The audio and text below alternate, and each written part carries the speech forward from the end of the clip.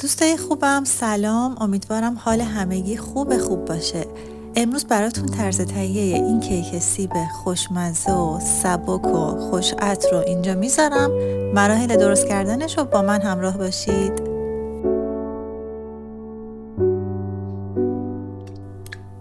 تخم مرغایی که به دمای محیط رسیدن و همراه با شکر و با همزن دستی حدود 5 دقیقه خوب بزنید تا رنگش روشن بشه و حالت کرمی شکل پیدا کنه.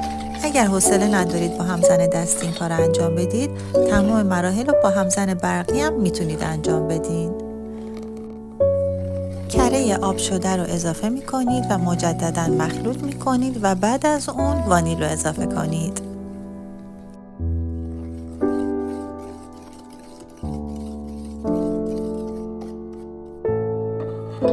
آرد، بیکینگ پودر و نمک رو با هم الک کنید و بعد از اون به مواد قبلی اضافه کنید و مجددا با هم مخلوط کنید.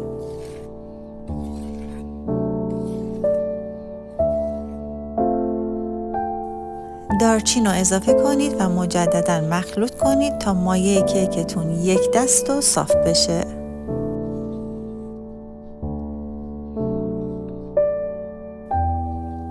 و در آخر سیبا رو اضافه می کنیم که باید به همین اندازه نازک بریش بدید. به مایه کیک اضافه کنید و با هم دیگه خوب مخلوط کنید.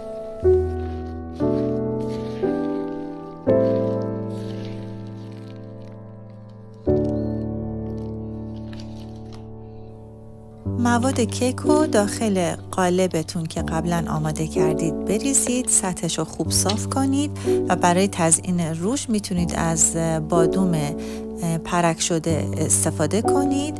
بعد داخل فر بذارید با درجه‌ای که براتون توی کپشن نوشتم.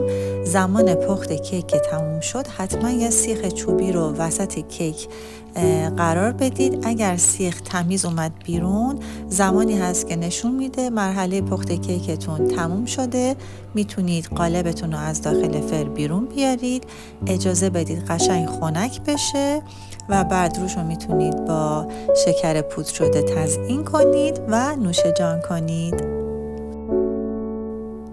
امیدوارم که فرصت درست کردن این کیک رو داشته باشید. بون اپوتیتو!